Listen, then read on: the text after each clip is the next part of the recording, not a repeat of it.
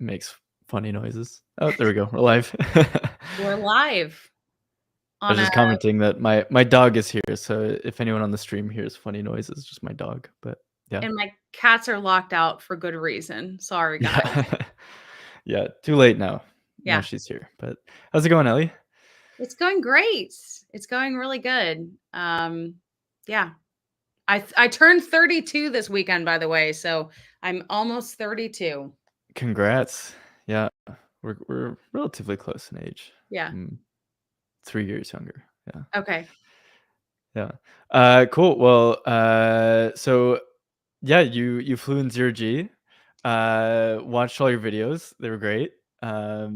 Anything in there that I guess like that you wish you had included? Um, Well, like you yeah, flew in 0G too. I did. Yeah, yeah, And you and I had very different responses to the actual parabolas, which I thought was so fascinating that I think it was roughly 9 people in the 6 section at the end and 13 of you guys or whatever still out there. And what, all different ages of people that were affected. So it's different sexes, right? It was very interesting to me to see how the groups split up in different ways because we were sectioned off in the beginning, 2 different zones, but we ultimately ended up in yeah.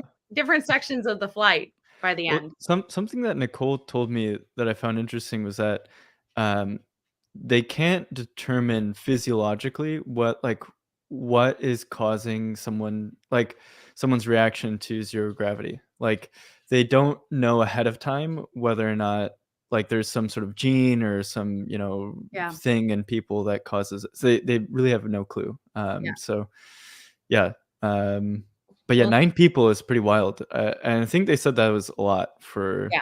a flight.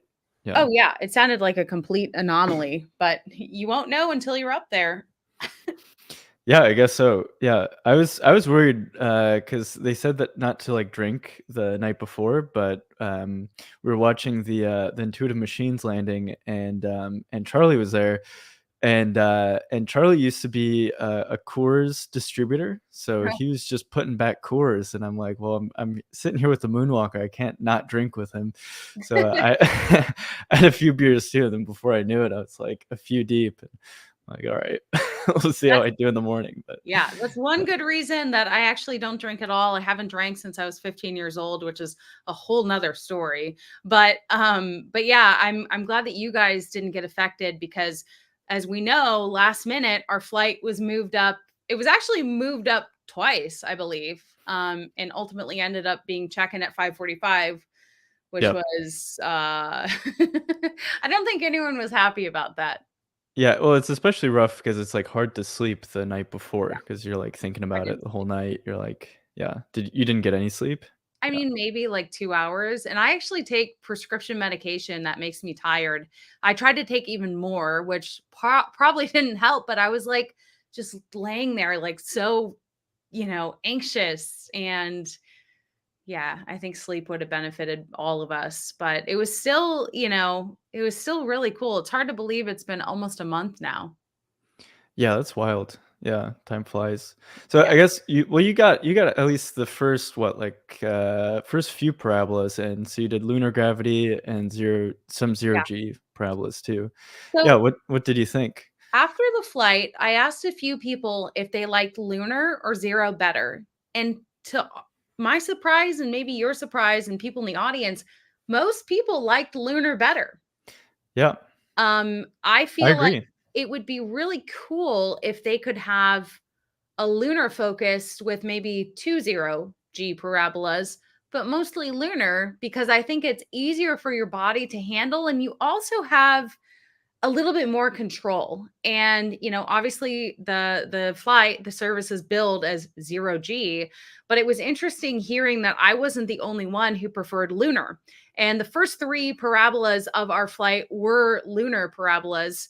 And then we went into the 0Gs. And so the first 3, I was actually able to handle fine. I was like, oh, I actually don't feel sick at all. I really psyched myself out. I'm doing fine. Yeah. And then we started getting into the zeros, and I think I did 1 or 2, like, for real, and then I maybe did, like, 1 or 2 more at most, and I was just holding onto the rope and, like, just trying to stay as still as possible, and then I had to go sit down, and once I sat down, I could not get up again, like, I mentally couldn't do it, and I really wanted the flight to be over, which was it was a bad feeling, right?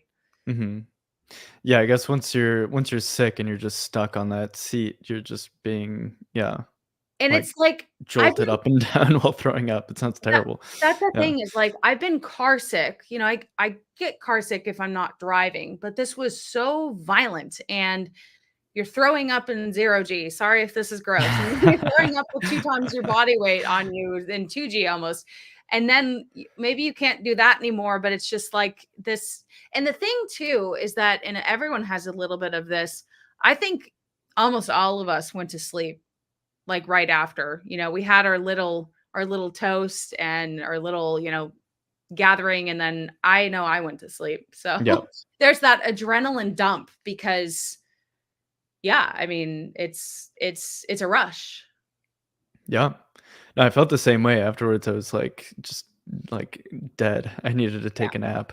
yeah. Um, but yeah, I agree about the lunar gravity. I think that, well, yeah, there's something like when they asked, because they asked us how many parabolas we wanted to do of each, and someone said, well, it's Moon Dao, so maybe we should do more lunar. But in my mind, I was like, well, 0 G is the cool one, right? That's the one that like would be best. But there's something about the lunar gravity that like I feel like you can control it maybe a Mhm. little bit better, and it feels stranger. It like because it's somewhere in between free fall and so I don't know. It's just like that modulation of gravity is like really interesting. Yeah. There and this again, I'm being authentically honest, and so this might be a little bit of a controversial take, but I spoke to someone who's done 0 G before the flight, and they told me that 0 G is the best feeling in the world aside from falling in love with someone and having them fall back in love with you. And when I was in 0 G, because of that high expectation, I don't wanna say I was underwhelmed, but I was Mhm. like, "Oh, okay, this is what it feels like." It's not, like, as crazy as I would have expected. It was still, Hmm. like, completely memorable, something that you can't, have done any other way other than to fly a 0 G right now. We don't have, like, a cool ride that you can do that, right? I mean, the centrifuge is one thing, but you know what I mean? Yeah. It was like maybe, uh, I don't know, it was different than I expected, and it was crazy, but I think, like, the cabin was a little smaller than I expected. I feel like in the videos, it looks, like, very big, Mhm. and I think, one of the things too is it would have been interesting to see if only maybe 4 people were on the flight, you Yeah. know? It felt like there was not a whole lot of room. Yeah. I agree. Well, and I spoke to some of the people at Zero G, and they said that they're looking into maybe like outfitting another plane that might be Mhm. larger potentially. There's some physics reasons for why it's difficult to do that, but Yes. yeah, I think it's kind of like when someone's telling you about a movie you haven't seen yet, and they're like, "This is the best movie of all time. Like, this is insane. It's Yeah, gonna change your life." And so you sit down with that expectation, and then you watch it, and you're like, "It was good," right. but I think like erasing that expectation, well, I'd recommend it just in like and this was I feel like it's hard for people to articulate when they were explaining it to me, and now it's hard for me to articulate it to others, but it's like our whole lives we we feel the presence of gravity. And Mhm. so you can try to imagine what you'd feel like without the presence of gravity, but it's kind of like this thing you just take for granted every single day of your life. Right. And I think it hit, especially in the lunar gravity, like, where I was like, "Oh my god, my like, I just don't like the weight of my body is something that I've been feeling since I was a child, Right. and I can't unfeel that without something like this. I mean, maybe you could do, like, a roller coaster, but it's not quite the same. Right. Um, so I'd still even just for that, like, sensation, I'd recommend it, but, I mean, it's pretty expensive, so I'm, like, very grateful for Moon Dao to be able to, like, help, mitigate some of the costs, but yeah. Right. It's very expensive, and that was, one of my takeaways in the video is, like, if you know that you're really prone to motion sickness, unless you're, like, super rich, this might end up being disappointing because, Mhm. like I said, not only are you sick once you're sick, you're not gonna snap out of it. Um, you're also stuck on the flight with all the other paying customers. So, Yeah.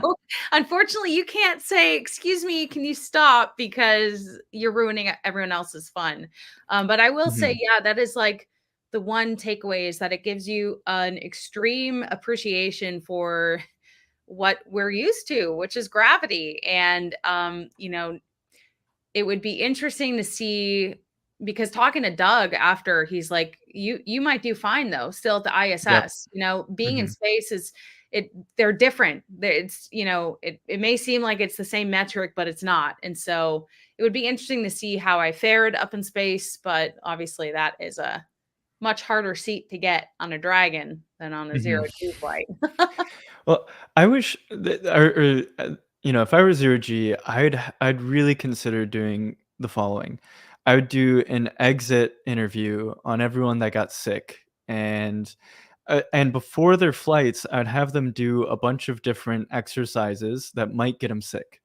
And Mhm. see how they do on all those exercises, and then try to figure out if there's a correlation between any of those exercises and then them actually getting sick on the flight. Right. Because if there was, like, some really easy, like, at-home tests that you could do that would tell you with, like, some percent certainty that you will not get sick, then for all of those people that would not get sick, I would 100% guarantee it's gonna be a crazy, amazing experience like it was for Yeah. me. Yeah. Um, but for the people that don't do well in those tests, like, maybe you should consider not doing it because, it's a big expense, and if you're sick for a lot of it, then it's not great. Well, let me Yeah. ask you because, I was a little worried with my video that it would come off as sort of doom and gloom, and mostly negative because I certainly don't want to portray that the whole experience was negative because it wasn't. So you didn't get sick. How would you describe it? Yeah, um, well, yeah, like I said before, it's just hard to articulate. It's just this feeling that you have your whole life that you and the like, the weirdest part about zero G is that it feels very natural, but it's an experience that you've never had. So Mhm. it's like it feels as though you're going back to some, like, neutral normal state, and that to me at one point, what I did is I closed my eyes, and I just let myself, like, float for a while, and then it wasn't until I opened my eyes that I had this realization that in zero gravity, there is no up, down, there is no, like, left, right. It's just like, there's this, like, internal, like, proprioception, I guess, and there's no external reference in Right, terms and of by the way, direction. this Yeah. is lunar gravity. So just for the folks watching, we're gonna play this clip, and it shows you the first 3, which are lunar. I'm doing, push-ups pretty easily, and so this was what is it, Mhm. 1/6? Yeah, so here you still have, I guess, some external, like, frame of reference for, Right, like, up and down. Um, yeah, but there's, like, especially in the 0 G, like, you could close your eyes and you might be spinning, you might be moving, and by the time you open them, you might be totally upside down, but you don't feel like you're upside down. Like, your brain just naturally recognizes, like, "Okay, down is up is down now." Um, and I think it's something that's very hard to articulate because, like, we always have an external up and down frame of reference, but in zero I G you just don't. Yeah. I closed my eyes very briefly to get the kiss moment, and boy, did I not feel good after that. I felt like keeping my eyes open was at least helping me stay somewhat oriented. So I'm very Mhm. jealous that you fared so well. Now look at my this is one of my subscribers, the dude who's flipping a lot. He ended up getting quite sick, and I think part of that is because he started off real strong. Yep. And so, they tell you to kind of gradually ease into it. But at this point in the flight, I was doing okay. Um, and so here we are. This is, I think, the first zero. So, movement's getting a little bit less controlled. We have people running into us. Hopefully, your feet don't smell that day. We also had my other friend, Scott, with the Apple Vision Pro. Absolute insanity.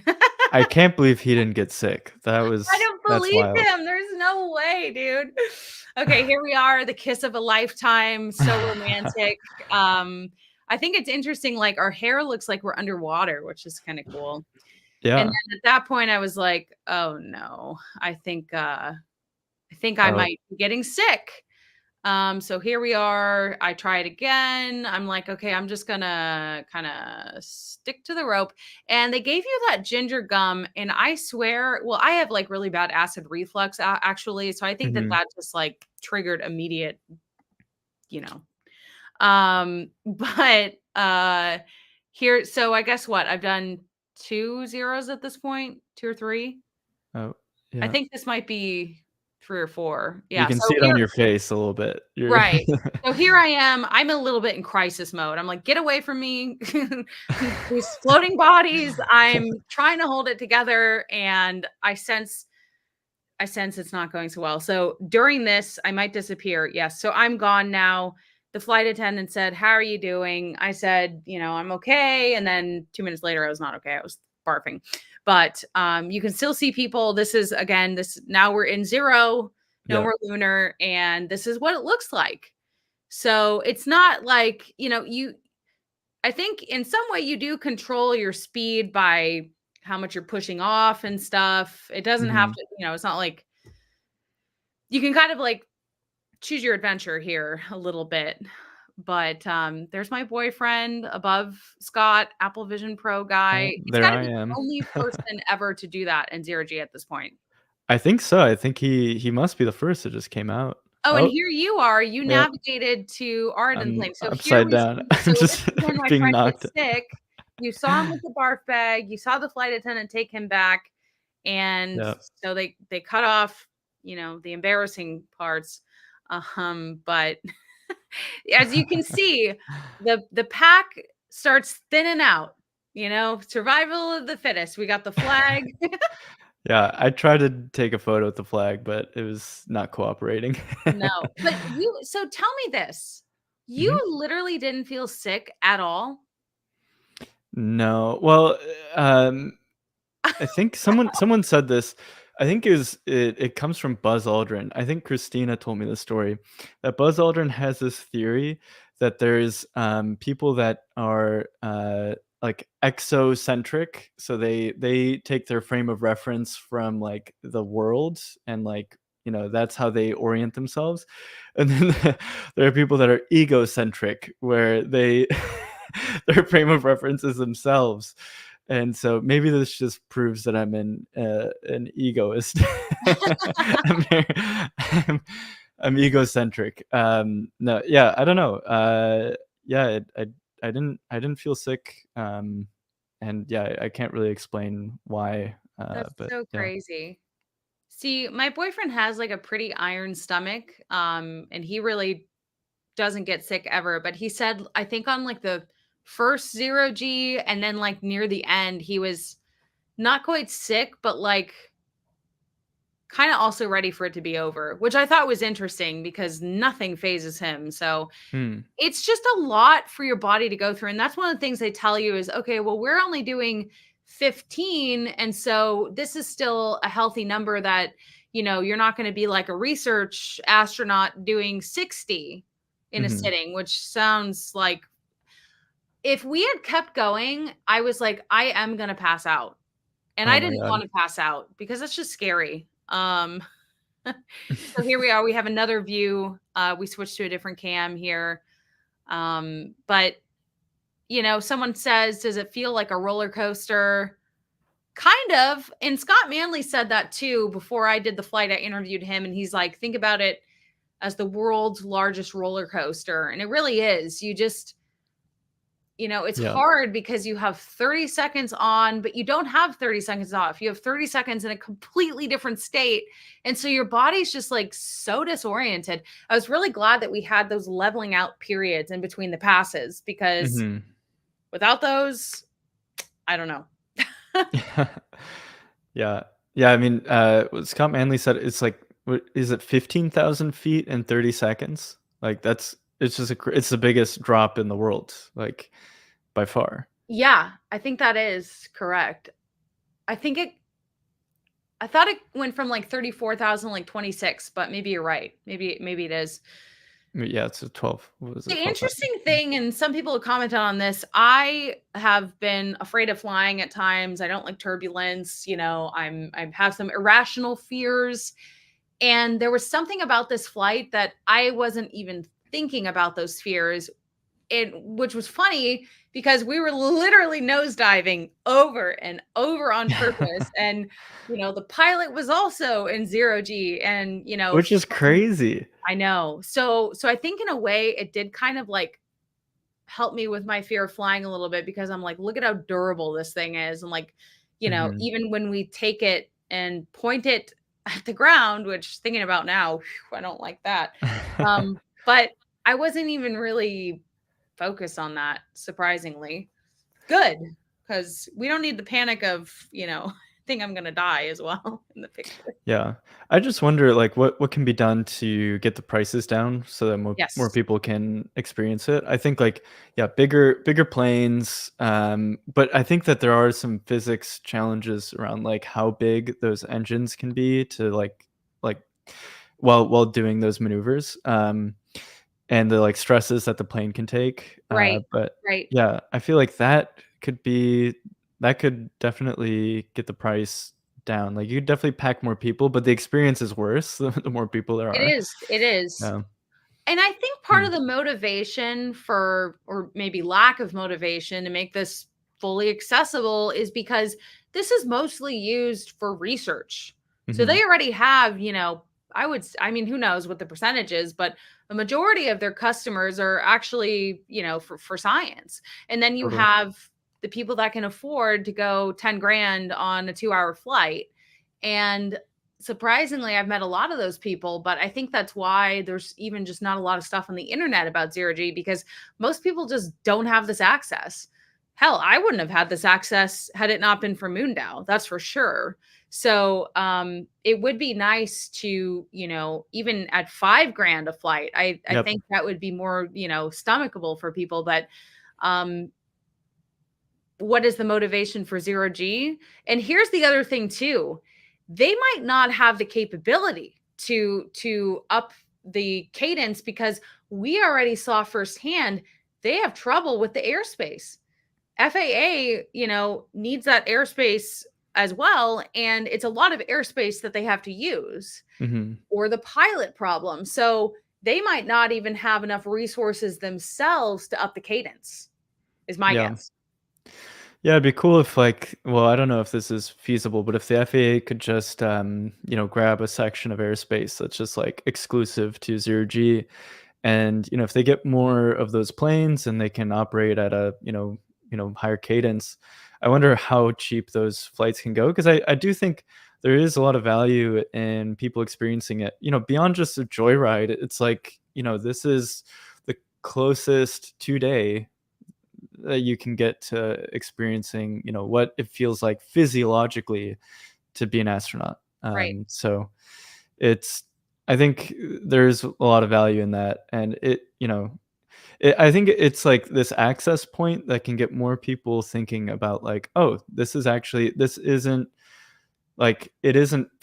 I don't want to say fake. I mean, I'd still come across those people that are like, "What? This isn't real," because it seems so strange. But like that and every a normal person can do this, and that it's getting cheaper, and that this might translate to other types of experiences that are very unattainable right now.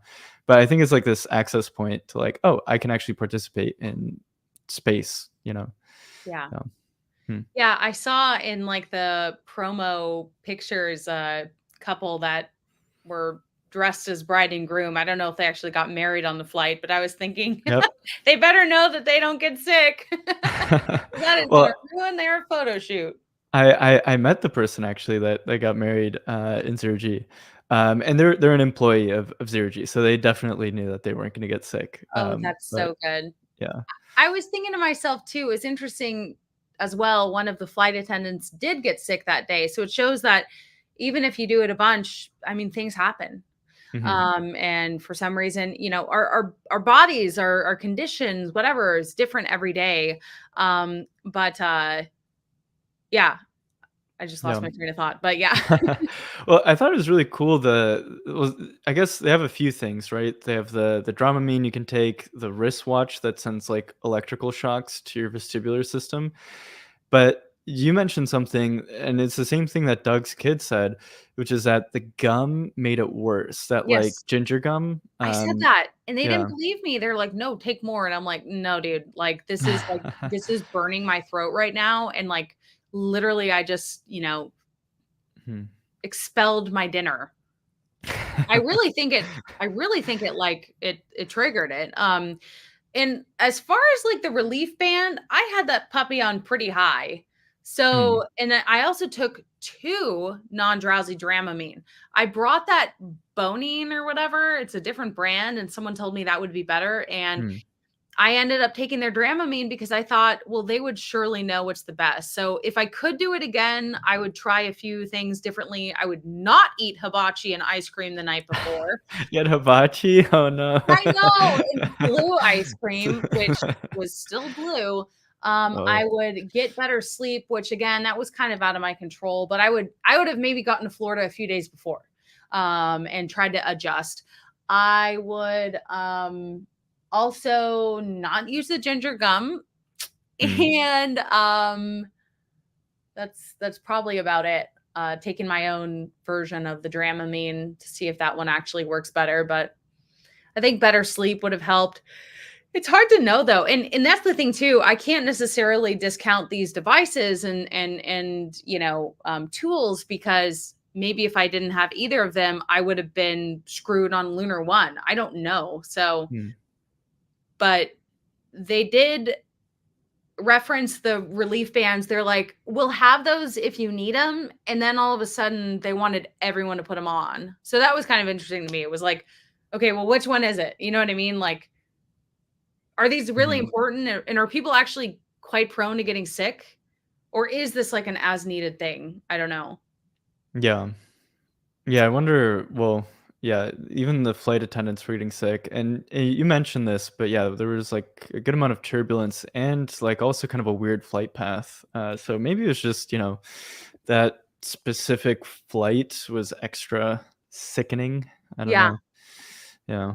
I want to see if I can. So Scott Manley, who's awesome, edited the flight path for me of our flight, which I thought Mhm. was really interesting to watch. So let me see if I can find it here really quickly. Yeah, that was a cool animation. Yeah, I saw him do it for his, and he's like, "Do you have Google Earth?" And I'm like, "No." And so he just did it for me, which I was like, "Thank you. Fly safe." Hello. Shit, what was it called? Sorry, I'm looking in my. Yeah, no. Yeah, and I think also is incredible to see Charlie Duke in Zero G. Just like he was. I mean, obviously, this is this isn't crazy for him, but I'm just shocked that at 88 years old, he's just flying around in Zero G, like bouncing around like everyone else. Yeah. I was really worried to like knock into him or bump into him. Like I was just like the whole time looking to see like, is he okay? I didn't want this to be like, Charlie Duke dies on Moon Dao flight or Oh my god. so I was a bit worried for him, but I think, I was more worried for him than he was for he was just having a great time. What a legend.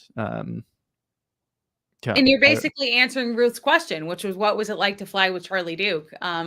Again, I was shocked at 88. He's doing well, clearly better than me. And if we want to pop up that flight path, I have the animation ready to show you guys. And take note of the first three because those are the lunars, and so they're not as pronounced. And then we get into the zeros. So you can see how much longer those are. And then we have a little period of, okay, we're going to level out and help Eliana not feel like she wants to jump out of the plane. And then we're going to go back into the zero Gs. And then we're going to go into these turns, which I don't know about you, but I really couldn't tell when we were turning. I couldn't tell either. Yeah, Like, that's very weird. I've yeah. never had that. Okay, so more zeros, and so this is like our 100-mile area or whatever that we're given. Another turn, and I'm thinking, my God, I just want this to be over. If there were a skydiving lesson right now, I would take it. Hmm. They were asking me at this point, what can we do for you? And I'm crying. I'm like, make it stop. And then right here, they're like, oh, we're done. And I was like, okay. This is such a cool animation. Yeah, Who it's who really made good. this again? Scott Manley. Oh, what? That's so Yes, nice of him. Wow. I know. He's like famous. Yeah. There's enough time for little old me. Aw. It's very helpful because I don't have Google Earth and I don't know if it's a paid membership thing. So, but Hmm. yeah, I mean, you can kind of tell that the lunar and the zeros look different. Yeah, I counted the parabolas. It says 15 in total. I thought we So were gonna do a little bit more, but maybe because people were sick, they're like, I let's think cut it that's off." why. So, a little backstory and context for you guys. Because they moved our flight up to 5:45, they wanted to, help us out by adding 5 extra parabolas as sort of like a consolation. And then I think they just saw so many people, crying and barfing. They're like, okay, maybe we'll stick, which I was happy with. I'm sure you guys having fun probably wish we would have done the extra 5. I wish that there were a way to after maybe half of the flight, like drop people off and then, y'all go back, do your Yeah. thing. We've tested to see who can do this. I thought it was interesting too. Doug's son, 14-year-old son, also got sick. And so somewhere on the video there, you can see him being, carried back in the 6th section. And I asked him afterwards, I was like, so both of your parents are astronauts. Does that mean you want to be an astronaut? And he was like, no. I was like, oh, that's interesting. Yeah. Yeah, I asked him, yeah, if the experience made him want to be one more or less, and he said less. So That's so I'm interesting. sure Doug is a little bit sad about it, maybe, but He kinda told me, like, I want my son to do, like, whatever he wants and, like, whatever, if he's helping people, that's great. Like, if he's making a difference, like, that's Mhm. kinda what I could hope for. But Good I dad. felt bad for Doug too because when his son was back there with me and all the other people, you guys are, like, doing the zero G thing, and Doug is just standing there with this such a sad look on his face, just Aw, so concerned about his son, and I was like, "Oh, man, he can't even, like, enjoy it." But he's a great father, so, yeah. you know Well, yeah, hats off to NASA. I think that, they are very good. I don't know how to, like, judges of character, like, beyond just, like, technical ability or, like, whether or not someone can do the job of being an astronaut. What I found, talking to Nicole and Doug and Charlie is that they're just, like, good people too, Yeah, right. which is, like, yeah. And that's something that struck me a little bit is that in the selection process, you to become an astronaut, it's not just, yeah, what, like, are you competent as an engineer or whatever? You're also like a roommate to all these other people, and you're like in a box and, very far away from Earth. So you really need to get along with all the other people. So I think that they also care a ton about, how people like interact with others. So yeah, they're like great to be around, and they're so open to questions. I was like so shocked that they like were spending so much time, answering all everyone's questions and, like, just being I don't know, yeah, hats off to them. I kept asking them, like, "Is this too much? Like, are you guys sure you wanna do, like" 'cause they were doing dinners, with everyone. They, hung out, like, before or after the flight for a long time, like, everyone had a lot of time to, like, interact with them. Well, speaking of questions, Mark's Adventures want to know, have either of you done a skydive? It's a no for me. I haven't bungeed either. I have done a skydive. Yeah, it was really cool, but I wouldn't say they're very comparable because when you're skydiving, yes, you're in free fall, but you're feeling a massive force of the earth, or not of the earth, sorry, of the air.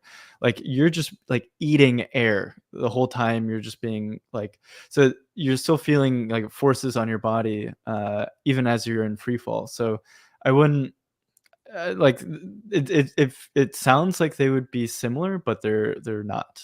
Yeah. Yeah, interesting. I wonder if I would feel sick during skydiving. I don't think I'd feel as sick as I did 0G. Would you agree? Um, yeah, well, skydiving, I guess if you're doing it like for the first time and you're strapped to like an instructor or something like that, you're not like doing a bunch of like twists and turns and flips and all of that. You're kind of just always in the same position. So I think you're less likely to get sick. Yeah. Mhm. Well, Ross wants to know, does zero G feel graceful or a bit awkward initially? I'll start. I think that because they kind of ease into it with the lunar and because they really emphasize, hey, go slow, start on your feet, find a fixed point on the ceiling during the transitions. Like it was actually a pretty smooth start for me. And I think it's a great thing to start with the lunar. I just wish they would have kept going with lunar. Yeah, I think at first it was hard. Like my first instinct, and they even told me that this was going to be my first instinct, but I couldn't override it. Was just that like to like kick or Mhm. like to swim to try to Right. move. And then I realized that does nothing, like absolutely nothing. It just makes you start spinning. Yes. Um, so then afterwards, I was trying to like do the like minimal movement or like force in order to like get me to where I wanted to go or what I wanted to do. But it was a learning curve. It took me a while to like figure out, okay, if I press this much, I move that much. Yeah. Oh, Yeah. there's Jack being taken Oh, back. yeah. But by the end of it, though, it was pretty graceful. Like you could just, kind of tap and you Yeah. would float majestically to the other end. Like I as long as you didn't bump into anyone. It was pretty chaotic, especially in the I beginning. mean, look at Yeah. this. I'm truly so envious that, like, you were able to enjoy the whole thing. It's like, you know, I I don't wanna sound negative reflecting on my experience because in many ways, obviously, it was positive, but it's such a bummer that you can't really control how you're gonna feel, and so I wish that there were, like, an actual solution because I don't know if the Mm. current solutions are that effective. Yeah. I wish Yeah. I could try it again. Well, a lot of people, they're like, "Well, don't worry, next time," and I'm like, "I don't think I can justify paying 10 grand knowing what I know from my experience," Yeah. That's crazy. That's a lot of money. Yeah. Yeah, like if they can solve uh, like some sort of like test that would almost guarantee that you wouldn't get sick, I feel like that would be a game changer. Because Yeah. then you know for sure, like, okay, I'm not gonna just spend a bunch of money to sit sick on this But flight. here's the thing, even with the flight attendant getting sick that day, it might just be conditions of your body that day. It's, like, Yeah. really hard to tell even if you know what I mean? You're not, like, guaranteed for good. James wants to know, would you honestly do it again if you could, knowing that you were sick the first time? My answer Mm. would be, if I had to pay for it, unfortunately, no. But if I, for some reason, got to do it for free again, or they wanted to do, a motion sickness study on me, I would, but I would try some of those other, tactics to make it better. So, Mhm. I mean, that's probably not a great answer or a surprising answer, but could I justify paying for it? No. Mm. I ain't that loaded. I don't got that Yeah, much money. I'd love to do it again. Personally, I think, yeah. like, I don't know if I caught the bug or something, but I do think it's like it was really fun. It was really cool. It's like going on a roller coaster. You want to go again? Yeah. Yeah. Yeah. Well, it's funny too, like the day after my boyfriend and I went to Animal Kingdom and they have a roller coaster. I think it's called Everest or something. And it went up. So we went on it once together. Bad move. Bad move for me. It was only 3 minutes or whatever, but they end up doing loop backwards, and then they're doing corkscrews backwards. And apparently it goes up to 3G in forces, which I was like, that's even more than the 0G flight went. And he just went on it over and over at the end of the night when the line is basically gone and you can go over and over. And I'm just like, how do you do that? I'm just like sitting on the sidelines, and gosh, I wanted to, but it is so miserable for me. It is so miserable. And it's just, you're either in the camp of getting sick or you're not. And if you're not, then maybe we Mm, seem like wimps, or maybe we seem like we're complaining. But trust me, once you've been there, you don't mhm. want to be there anymore. Yeah, you gotta be more egocentric like me. You gotta you gotta yeah. I mean, I think there is something to that. There is something to, like, the internal reference frame. I don't Yeah. know. Yeah. Well, David wants to know, do you think weightlessness would be easier on the space station than on the airplane? Most definitely, because you wouldn't have to switch every 30 seconds and go through 2 Gs. Yep. I feel like if you were on the space station, presumably you'll be there for a few days. You'll have time to adjust. And the 0G part, I don't actually think made me sick. I think it was that transition in the 2G. I really don't actually think it was 0G's fault, the zero gravity portion. But I think going from what's disorienting to all that pressure and just weight and like it's I think the transitions mess me up the most. Yeah.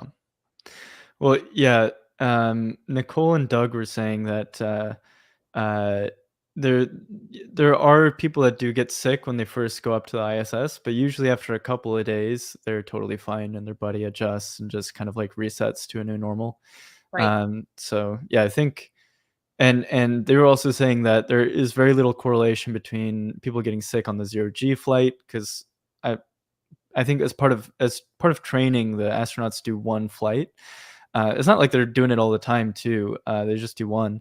And then, the people that got sick on the 0G flight, some of them didn't get sick on the ISS and vice versa, some of the people that were fine, you know? So, Yeah. yeah, yeah, it's hard, but it sounds like people just get used to it over time. Yeah. Yeah, totally. I mean, if I could go to space, like I would love to go, especially like even tomorrow. If I could go on a dragon and like do a report in space because for some reason they wanted me to, I would do it.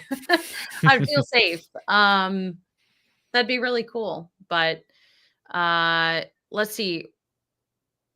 Let's see. Ross says, oh, sorry. I'm skipping the questions. Juan wants to know, congrats on your experience. How long was the entire flight? It was about 2 hours. It's about 2 hours. So Mhm. the actual like parabola part was what, 35 minutes, maybe? Yeah, 'cause we had a good amount of time just flying into the airspace and then flying back. That was Yeah, we probably had to an fly. I hour. mean, we started in Orlando and we flew all the way across Florida into the Gulf, basically. Mhm. Um, Ross wants to know, do you believe there's a psychology to believing that you won't get sick in 0G? Can this self belief help? Well, I did anticipate that I would get sick for the many, many, many, many, many months leading up to it. But during the morning of, I had a new attitude and I was like, it's going to be fine. I'm going to do great. And particularly in the first 3 lunars, I was like, I psyched myself out. I can do this. So I actually did change my mindset during it, and that only lasted for so long. Do you think that, like, once you started to feel sick, that was, like, like, self-reinforcing thing? You're like, "Oh my god, I'm getting sick," and then it just kind of, like, started to get worse because you psyched yourself out? Like, I I think don't know. well, it is interesting to me that, because they had us do hand signals. So, Mhm. okay, they would come around, "How's everyone doing?" Thumbs up for good, self-explanatory. This for I'm not sure, and then thumbs down. And so when the flight attendant came over to me, I was still on the, willy-nilly, I'm not sure. Mhm. And so I thought that I was just doing sitting back there as a precautionary thing. And I think the ginger gum and also hearing everyone else, eh, I think also was like, that's a triggering noise. It really is. And Yeah. like, everyone's doing that around you. And so, like, I certainly didn't want to do that, but it was totally involuntary. And then once that happened, I was I'm not getting back up. I Mm. can't. And so, you're strapping your seatbelt in so that at least during the 0 G, you're maybe hopping up this much instead of, and that was the interesting thing about the seats that I noticed when we first got on the plane. They went back quite far. And I was like, these seats are like not very sturdy. They really recline. And now I know why. Because they have to recline so that when you're in 2G, you can just hope it's over. Oof. It's such a bummer, Mm. I think people do. They're like, "We're really sorry it didn't go well for you." And I really I'm sorry to be like negative about it, but I'm not gonna sugarcoat it. So I really wish that I hadn't have gotten sick, but maybe in my lifetime they'll actually find a real cure. It's an interesting, I'd like to do a follow-up video on like the space medicine behind this and how they're trying to figure this out. Yeah. Mhm. 'Cause they don't have it covered. It kinda reminds me too of, like, altitude sickness, that can be a very hard thing to predict as well if you're a mountaineer or something, Yeah. and again, if you're on a mountain and you start to get sick, you cannot power through it. You should not Mhm. keep going. Like, so it's mental to a point. The body definitely takes over, and you can't really, mind over matter certain things. Yeah. Well, from I guess, from experience, maybe drinking 4 beers before helps. That's I mean, I Charlie don't did it. drink, I did so okay, yeah, maybe. And then I think for altitude sickness, sometimes they'll give, like, coca leaves, you can put that and make, like, tea out of coca leaves, hmm. which is also the precursor to cocaine, so maybe maybe alcohol and cocaine, that's the way around it, yeah. I like the Elon quote, "Let's put the Coke back in Coca-Cola." Yeah. All the astronauts need to do cocaine, no. I did drink a zero-calorie Monster that morning because I Mm, I was dragging ass. I was so tired, mhm, and I got, like, 2 hours of sleep. I was like, "This is gonna yeah, be a wild ride," and then after, I'm so bummed because I got those interviews with Doug Hurley, on mhm, the first crewed SpaceX mission. That's incredible. yep, Nicole Stott and Charlie Duke, one of the last surviving Apollo moonwalkers. That video has like 10,000 views. And mm. I had to fight. I wanted to go to the room so bad. And again, oh, poor me. I just want to zero, but I was I was so tired. No, you're a trooper. Yeah, I was I like, was exhausted afterwards, yeah, and I didn't even throw up, so that's like yeah. yeah, I know you powered through it, yeah. I had puke on my suit and I'm like, Oh, so anyway, watch my video. It was so good. I really think it was good. The first yeah. one too with the astronauts. The people that watched it said they really liked it. So No, it was great. Yeah, like, I think that, well, I also need to plug my own video. I did a little interview with Charlie Duke too, and it was amazing. I think it also has, like, 200 views or whatever, but, I think it's um, so valuable to talk to him, while he's still here. I mean, yeah.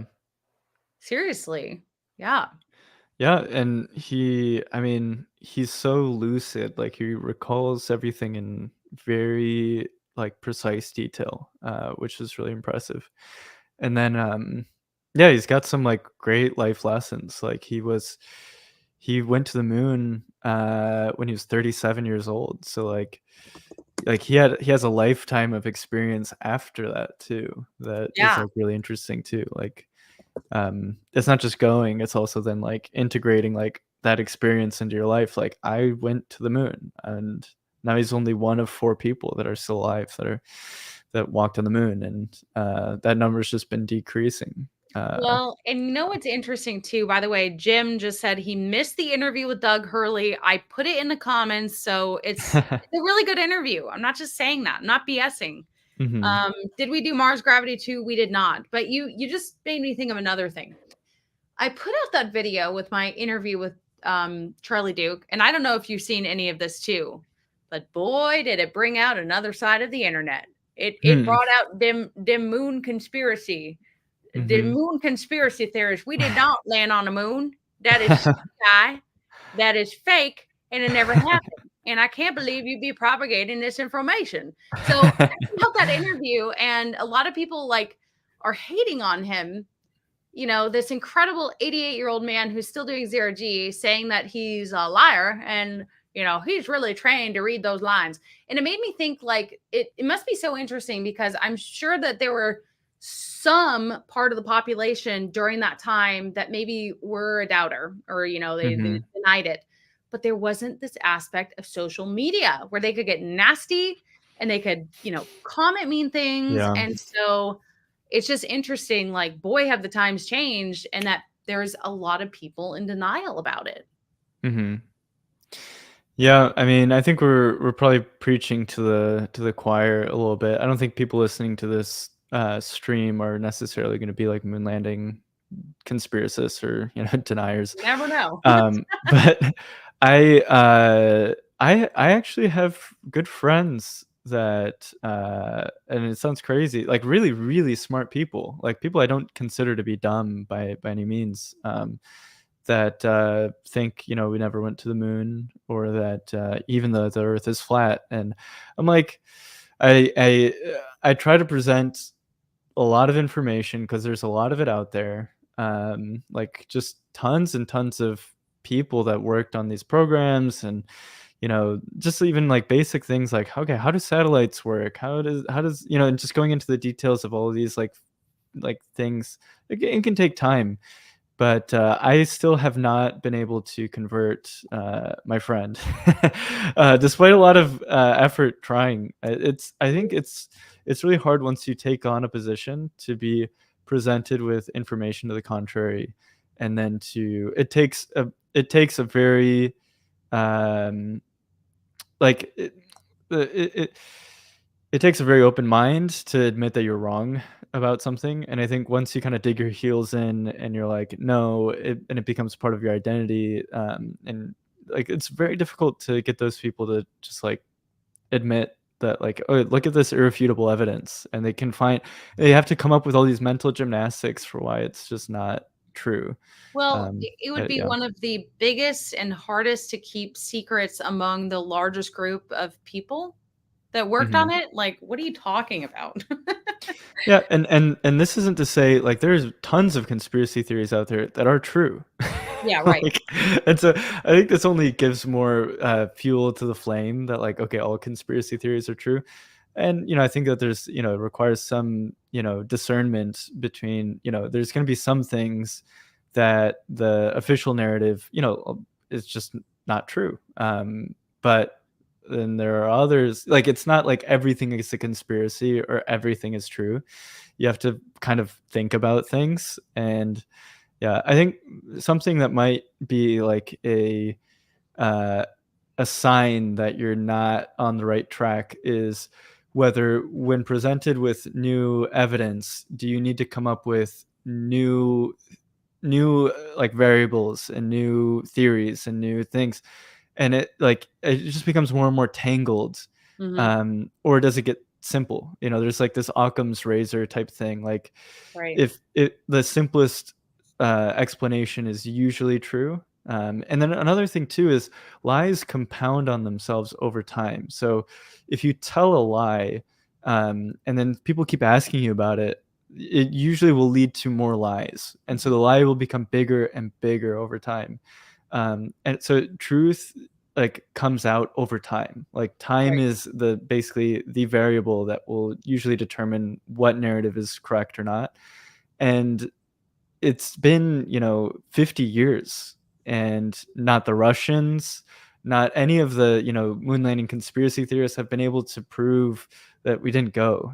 So it's like this is either the best kept secret of all time, um, and I think there's also, I mean, there's certain things that the space community does need to admit, and that's like some of the footage was like there were overzealous like PR people in NASA or whatever that wanted to like show off, and so there were some things that like you look at it and you're like, that isn't quite, that doesn't quite make sense. And then that just but and it's sad. It's sad that like that happened, because it just kind of feeds into this like other minds. But anyways, I could go on about this because I literally, after filming this thing with Charlie Duke, some of my close friends were like, no, it's fake, right? I'm like, and I had this like very long debate with them. So yeah. I Yeah. mean, I can understand, I do think we went to the moon. Elon Musk thinks we went to the moon. A lot of people do. But I do think that it is almost inexcusable that we haven't been back in so long. That Yeah. part, I think you're allowed to be a little bit frustrated by, but saying that we never went is pretty crazy. Yeah. Check Well, your I social. think, yeah, it like that also feeds into the narrative. And the reason that we haven't gone back isn't that we don't have the technical capabilities. It's just that we don't have the funding. So NASA is government. So it's basically we like the people in charge of the government. Just decided that they didn't want to continue funding these missions. Yeah, So it's a political problem more than anything, and right. that's what Mundo is trying to solve for at the end of the day. But yeah, um, so hopefully we can help accelerate some of the progress because there's really nothing holding us back from the technology has just gotten better and better. Just we need more money because it's very expensive. Yeah. Well, first of all, I just want to say, does anyone think this background, does it look real behind me? Does it actually look like I'm sitting in front of a picture? Or can you tell it's fake? Is that supposed to be the Intuitive Machines lander No, it's or? supposed to be Oh, Hoppy, and oh, I see it. like Mhm. a it's like a picture in an art gallery actually at Rocket Ranch, but I didn't know what green screen background to use. So I'm just curious if it looks real. I kind of think it does. Do you? I couldn't tell it was a green screen until you mentioned that. Oh Um, yeah. Pierce said, "I didn't notice it was fake." Well, I guess not hmm. everything is true that you see. Moon Um, landing conspiracy theorists. Meanwhile, I'm in a covert, box right now. I'm glad it looks good. It's kind of a random one. I had to pick something fast. I feel like I'm starting to put together my office. This is some new lighting I have. I don't know if it's set correctly. I don't know what I'm doing. This is actually not my most preferred way of content here. I like being out in the field, which by the way, for any loyal fans that are watching, on April 4th, I will be interviewing Tom Mueller, the SpaceX engineer, the designer of the Merlin engine. So big deal. You guys watch that video on my channel. It has over 100,000 views, but I'll be interviewing him in person, actually in Manhattan Beach, where I grew up, at Impulse Space, which is his company. So if you have any questions for Tom, and I'll be making a post about this, but that is something to look forward to. I also might have another giant interview in the works. So Hmm. no conspiracy, no cap. Interesting. Well, yeah, Tom Mueller is a legend, so that's awesome. Yeah. And yeah, looking forward to this potential big interview. Yeah. Yeah. Can anyone guess who it is? Hmm. Sometimes I like to drop information later in the stream. I'm like, if you guys made it an hour in and you're watching, not a lot of people are watching, but are there any more questions about zero G, about maybe even Moon Dao? This is incredible that you guys have now sent one YouTuber to space, Kobe Cotton, Dude Mhm, Perfect, one YouTuber on a zero G flight, myself, mhm. and then also Anastasia, who was there for research. And you tell me, have you released yet who won the raffle? The other So, award? we've got big news, that we won't be telling people just yet, but on the 27th, so Wednesday the 27th at 4 p.m., we're gonna be announcing, our 2nd Blue Origin astronaut. So and this one won't be, a YouTuber, this will be, is a random sortition. So, basically, everyone put in, like, a chance. You can think of it like putting your name in a hat, and then we Yeah, randomly yeah. selected between all of them. So, we're going to announce the winner soon, in a Okay. week. Can we get any hint? Mm, no, you'll have to tune in. Damn it. Yeah. Yeah, so that's Wednesday the 27th at 4 p.m. Yeah, we do, town halls, every week, and then, yeah, we're gonna I think we're gonna do an interview with the winner on X. So yeah, we'll post a link soon. When will the Yeah. launch be? We don't know yet. We Roughly. Yeah. Well, it depends on Blue Origin. So they're you know they haven't told us their schedule yet. Yeah. If could I maybe cover it potentially? Yeah. That'd be cool. That'd be super cool. Yeah. That'd be super sick. Yeah, we can bring last time we brought a few people from Moon Dao to actually watch the launch in person. So yeah, we should be able to swing it. Yeah, Um, I'd love to cover it, from your perspective and like just interview you guys. I don't in Dude Perfect's video, were you guys really even interviewed? Not really. no, we weren't interviewed. There with the flag in the background at the end. Yeah, yeah, we had a little bit of a feature, but yeah, not too much. Okay, well, we'll make it we'll do it bigger and better. Yeah. I see a question from Voider. What's the vision of Moon Dao and what's the minimum cost of space tourism? Um, so the vision of Moon Dao is basically to try to accelerate development of like the first settlement off of Earth is a huge deal. It's like the inflection point in human civilization and becoming a you know planet species. But yeah, we're going to the moon before we go to Mars, and so the moon is really going to be this first kind of like testing ground for long-term presence of humans in space.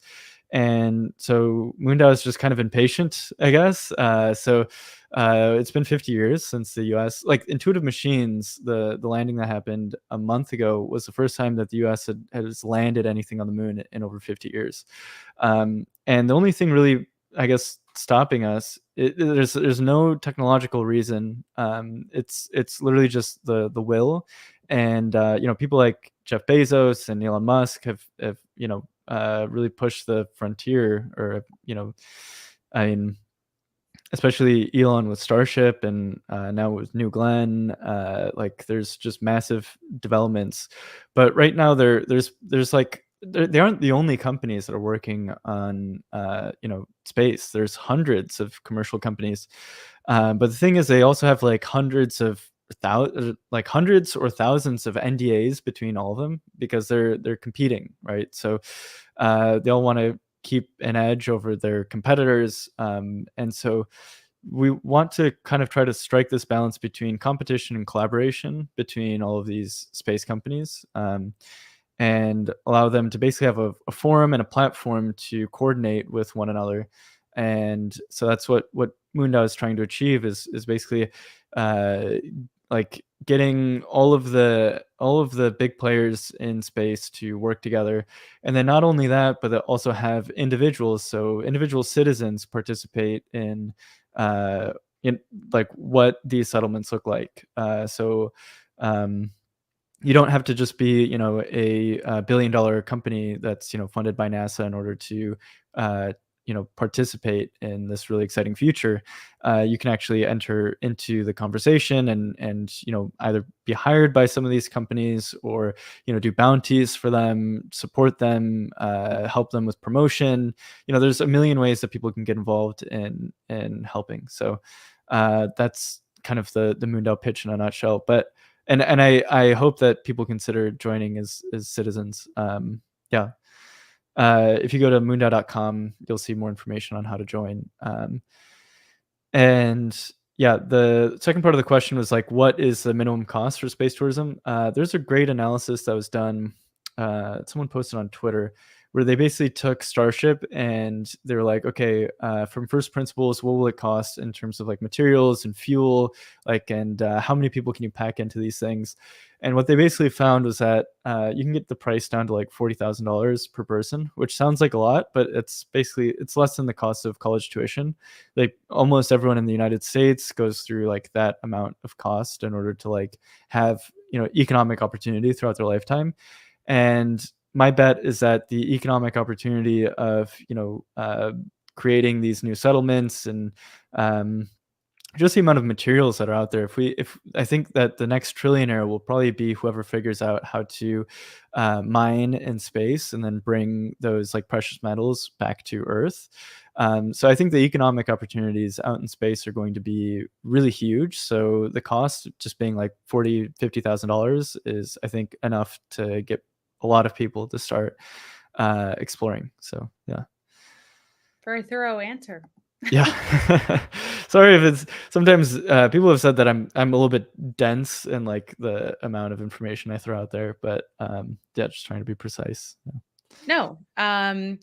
Now, did you guys decide already if you're gonna do another zero G flight? We haven't decided yet, so that's actually going to be in the hands of the community. So the treasury that we have at Moondao, like that's all controlled by the token holders. So if they want to do another flight, it's up to them. So you're We're not gonna the overlord, no, fidgeting your fingers, no, and twirling your mustache. well, that's also like part of what Mundo is trying to achieve is that like we don't want anyone individual to be like the emperor of space or like the CEO of like a planet. So, ideally, this is also an opportunity to kind of like uh, innovate on governance, and that's where a lot of the DAO stuff comes in. Um, but yeah, so we're actually going to be filling out a final report to the community on like the finances of the project and the results of it, and so those are going to be measured, against the initial goals and objectives of the project. And so, depending on how that final accounting goes, I think it was pretty good overall. I think Mundo got a pretty good return on investment for the flight, so maybe they'll keep wanting to do it, but it'll be up to them. Yeah. Yeah.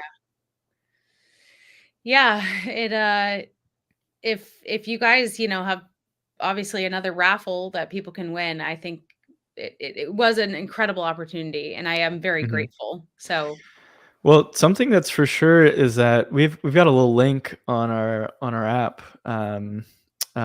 that's just like a contact form if you're interested in doing a zero G flight, and that's been on fire since our first flight. Like, it's like, yeah, we're getting a bunch of people every day that are like, I'm interested. So maybe, and the hardest part was honestly just trying to like sell the seats yeah. because I had never flown in zero G, so it's very hard for me as someone who's never done it to be like, oh yeah, you should totally do this. It's totally worth it.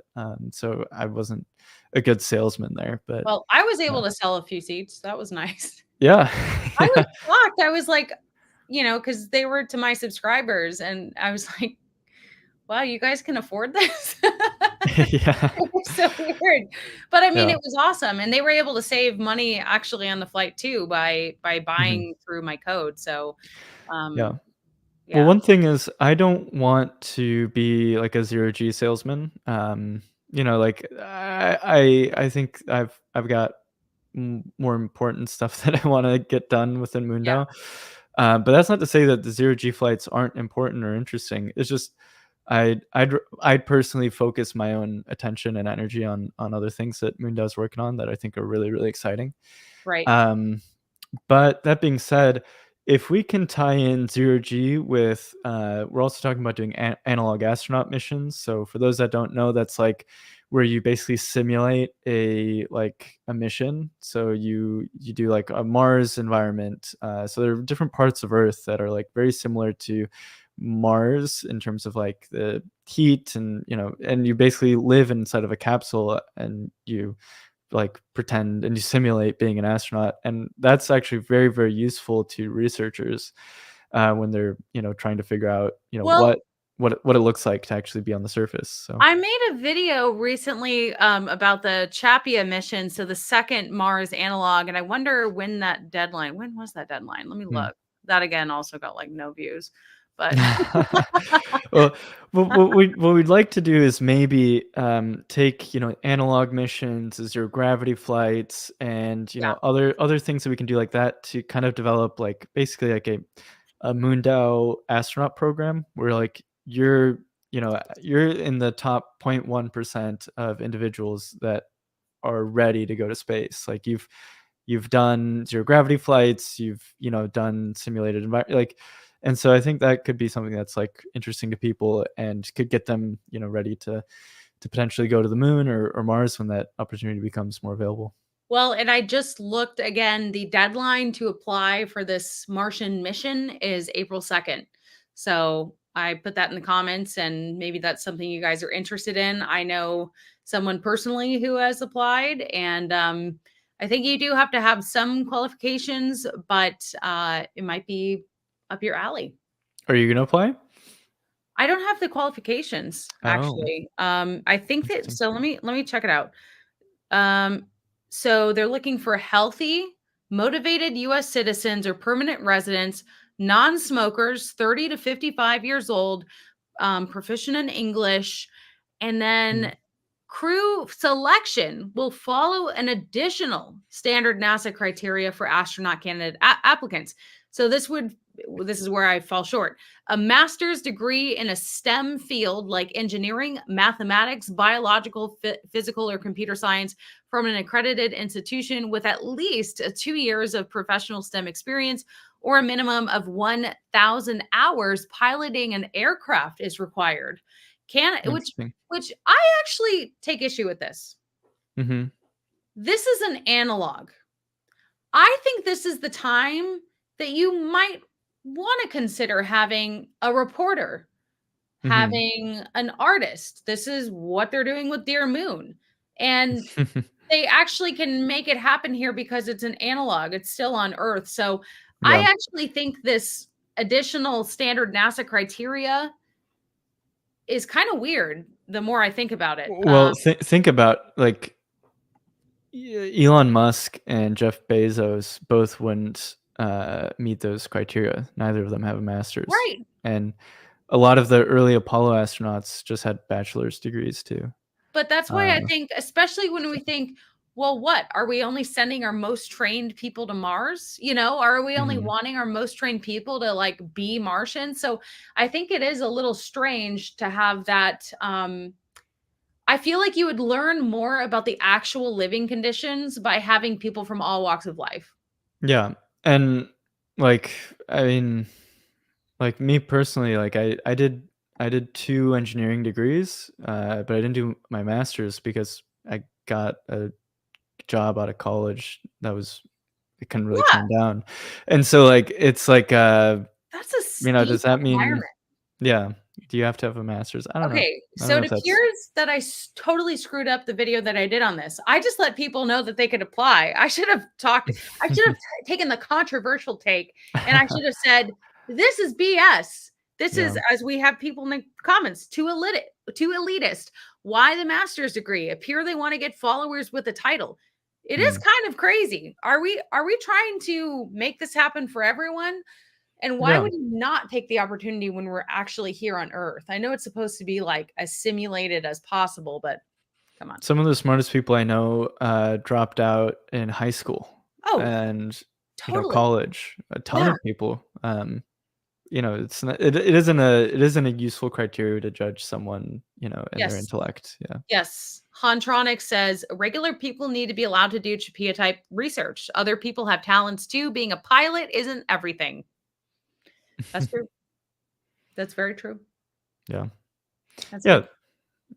very It, I don't know. so to answer your Well, question, Moondao's analog astronaut program will not have that criteria. We will not yeah. have that. Well, if you need a Yeah. reporter, Yeah. although But that's the other thing too. This is a year-long mission. I don't want to do that. mhm, mhm.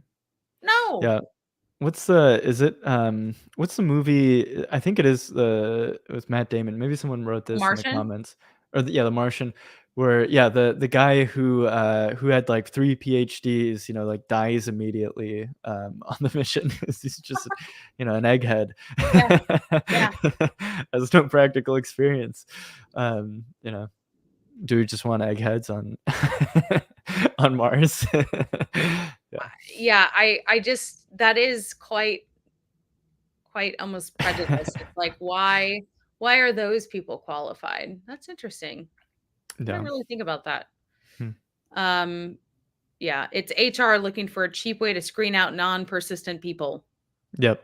according to That's Charlie. Okay, definitely it. They probably just have a lot of applications. They're just like, let's yeah. thin Well, with out the the crowd. masters, you're not gonna have any. How long will the Moon Dao analog mission be? So yeah, I mean, this is actually in ideation right now. So Mundo's got in our Discord. If you go to discord.gg/Moondao, um, anyone can post basically proposals. And so right now, someone created a proposal for a Moondao analog mission, and we're still figuring out the details of it. So we're figuring out the budget around it. We're figuring out, how we're going to qualify people. All of that, all of those are open questions. So if you've got thoughts on that, definitely join the Discord. Well, that's what I kind of want to ask Elon is how are you guys going to select the first? I mean, you've talked about, okay, a lot of people are going to die going to Mars. So have to be willing to die. But like, how are you? I think there's going to be a long list of people that want to go. I How hope are not you many going to, people die. what? I hope I hope that's not the thing. I hope that most people don't die when Of course, that'd be we very all hope bad that, PR. but he's a realist and he's, Yeah, on record saying like it's going to be dangerous. People are going to die, and so yeah, these first few missions, you shouldn't go on it thinking that this is space tourism. yeah. I Um, mean, most of the crew of a lot of Magellan's circumnavigation of the world, the majority of that crew died. But the one, still worth it. yeah, Yeah. yeah, it'd be interesting. I don't know if he's actually asked that like specific question. Whether he would go, he said, I No, think no, something like he doesn't want to die on impact. not whether he would go. Yeah. How is he going to narrow down the list Hmm. of all the people that want to go? Yeah. I guess so far, it's been either NASA astronauts or people that have paid, right? Like Dear Moon mission. Oh, well, yeah, I guess with Dear Moon, there's I forget his name, the Japanese billionaire that paid for the whole thing. And Mhm. then he did like you know, application process and picked a bunch of different artists and, different people from all walks of life. I think he did it very well. The guy from I'm sorry, I should know his name, but I'm blanking on it. But the Dear Moon mission is really cool. I'm blanking on it too. Hold on. Dear Moon Japanese billionaire, which I have something to say about that in a second. Yeah, Uh Yusaku Mizawa. Does that sound that right? sounds right. That sounds right. Yeah. Mizawa. Yes. I don't know how to Um, pronounce it, but I am going to Japan in like 2 weeks. that's awesome. We're in So Japan. I'm gonna start off in Tokyo and then we are going to basically see how long we want to stay in Tokyo. We're there for like almost 2 weeks. So maybe we want to spend like 6 days in Tokyo. Maybe we want to spend 3 days and go. For sure, we want to go to like Kyoto, Mhm. um, Nara, Mhm. potentially, you know, hopefully the bullet trains are good enough to get us everywhere we want to go. I feel like it's not enough time, but I'm very excited for that. I'm going to try to check out JAXA while I'm there. And Yeah.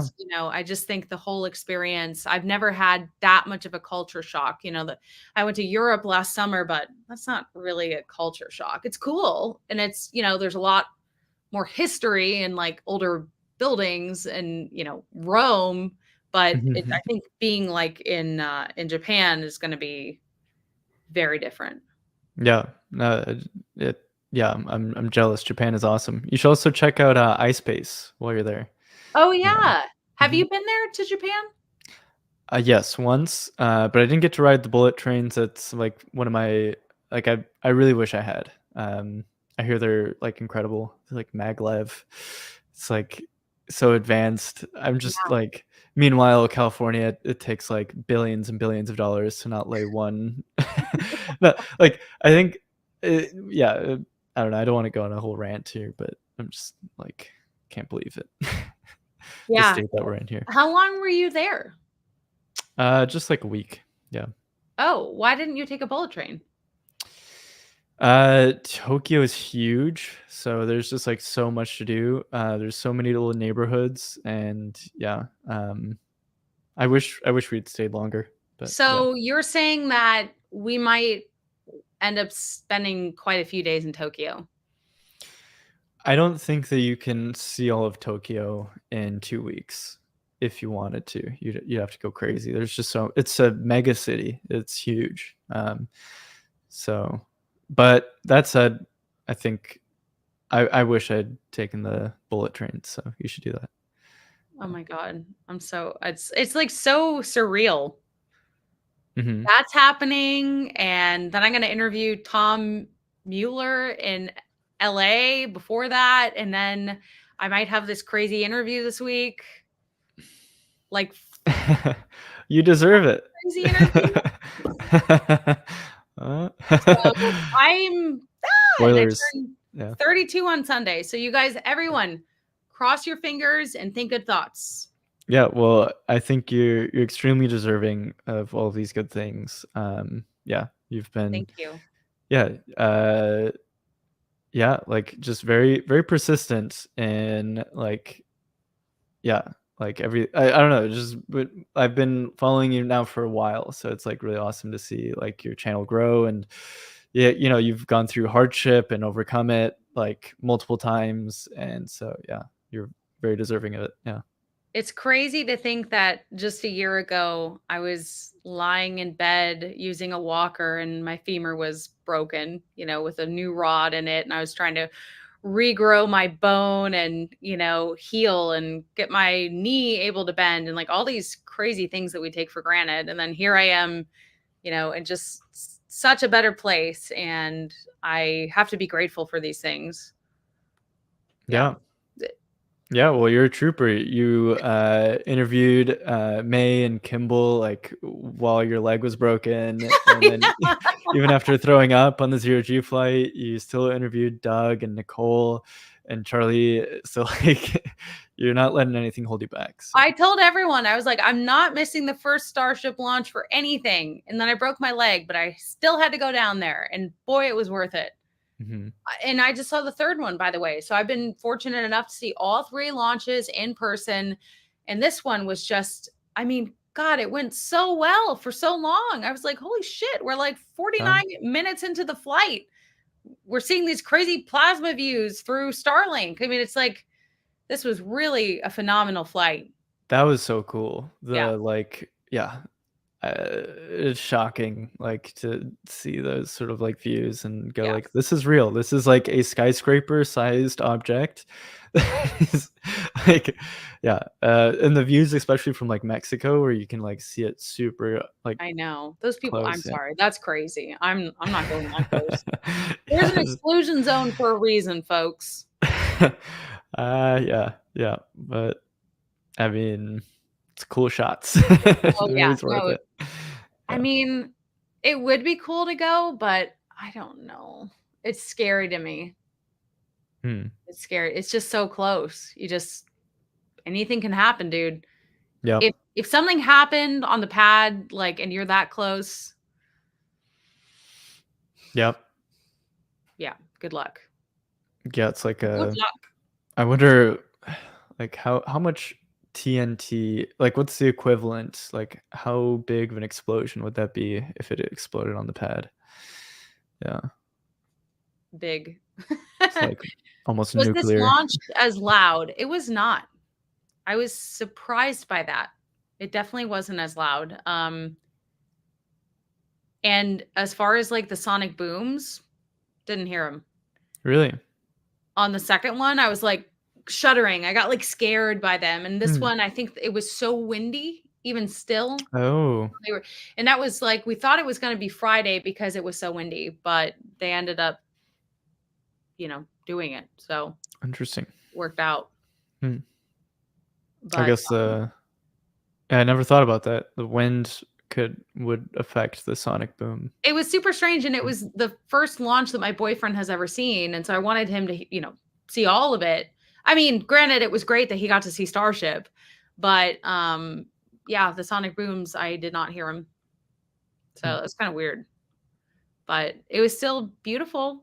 I was hoping that it would launch, like, right as they opened the window. It was supposed to be 7, and it would have been dark, but they ended up launching Mhm. at 8:25, and it was definitely light by then. Yeah. Well, one of your subscribers has, a place, down there in Brownsville, um, that's really close, and In Brownsville or in or South Padre Island? Port Isabel? Which one? I actually don't know. I Is it the thought Star B&B?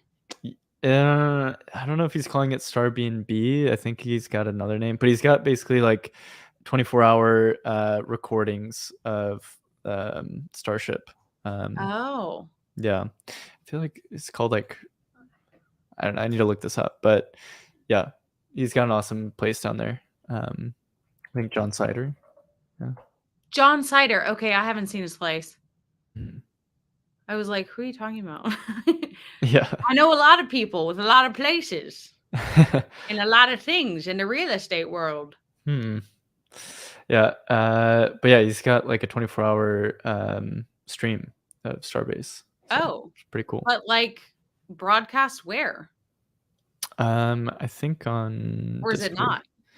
I don't know, but yeah, either way, yeah, it's Oh, really cool. I I should go I've check been it out. wanting to, like, go down there and stay at his place just to see it. Okay. Yeah. Yeah, I wanna know about it too. That is pretty cool. Mhm. Yeah, he was on the flight too. And I don't think he got sick. I don't think so either. Yeah, I think he did pretty well. Yeah. Yeah, I think it's well, 9 people you said 9 people got sick? Insane. Like 8 or 9, yeah. It was So nuts. that's I guess counting the crew and the attendants, that's, like, maybe, like, a quarter of the flight. Yeah. Which is kinda crazy. Yeah. Do you think that that's actually an anomaly or it's, like, more No, common? no. You think it happens more? Clearly, I'm not a salesperson for Zero G either, and neither are you. And No. this again, like, it's still an amazing experience, and there's no way to recreate it otherwise, so, like, totally acknowledge that, but it's Mhm. hard for me to believe that only one person gets sick every other flight. Yeah. Oh, is that what they said? They said That's what one they person every told other? Jonathan. Oh, wow. Hmm. I was like, "What?" Yeah, I don't know. Yeah, I'm not a zero G salesman, and I actually really appreciate how, candid and just Yeah, straightforward I you do are 'cause, too. it's people's money and it's a lot of money, so they should know, upfront what the risks are. If you've got a strong stomach, like, it's great, but if not We have a special guest, Okay. my boyfriend, who was also on the Zero G flight. Yeah, well, we should get his take too. Yeah, come over here. He didn't get sick. He didn't get sick, and I'm very jealous of that. If you guys want, maybe we can pop up the Zero G video again because we have a new a new point of view. Yeah. Any way you can squeeze in Yeah. the video? There we go. Yeah, what was your take? I mean, so we've got 50-50 right now on sick, not sick. You weren't sick. Would you recommend it to others or What are your I thoughts? think there's a lot that goes into it, and I mean, not to extrapolate the question out to a point of not getting an answer, but it kind of depends on what you're looking for, what your expectations are, and how your willingness to spend money and relative to like spending time. So, if you can do it for free, you should do it. If $15,000 doesn't mean a lot of money to you, then you should do it. But if you're just kind of, what I would say is like the median of the normal American, and you're going to buy one of these tickets and go through the hassle of it, you have to look at it relative to what else you can do. And so $15,000 is a lot of money to do something, to buy a ticket. And is it worth the cost there? And then on top of that, there's a lot of logistical problems. So let's say you live in Washington, like, Washington State. Well, you might have to go to Houston to do this, and then they might cancel it right beforehand. So you Mm, better use your more PT, use more PTO, and then hope you can do it in Florida, and hope that you can do it on time, and hope you have nothing else that's also in that time span to where you're going to be able to use your ticket. And so I think it's it becomes one of those ones where it's really hard for me to recommend it, because I kind of think like, what else can you do when most people don't have a ton of free time, they don't have a ton of disposable income. And so if you're kind of within that in that range, I think that I'm more left with one of those things like, take the mhm. money and go to Europe, enjoy a vacation that's set, Yeah. what it is, and you can do all that stuff. No, I get it. Yeah, that makes sense. I think, like, if the price were, like, closer to, like, 5K or something like that, I'd have a much easier time telling people, like, "Yes, like, Well, and we totally were worth talking it," but about, like, it yeah. would be great if they could have access to more people, but I'm like, they don't have the resources. They already have trouble getting the FAA airspace. They already have trouble getting pilots. So I don't even, there's no motivation for them, I don't think, to lower the cost of the flight, because they're already struggling, in my opinion.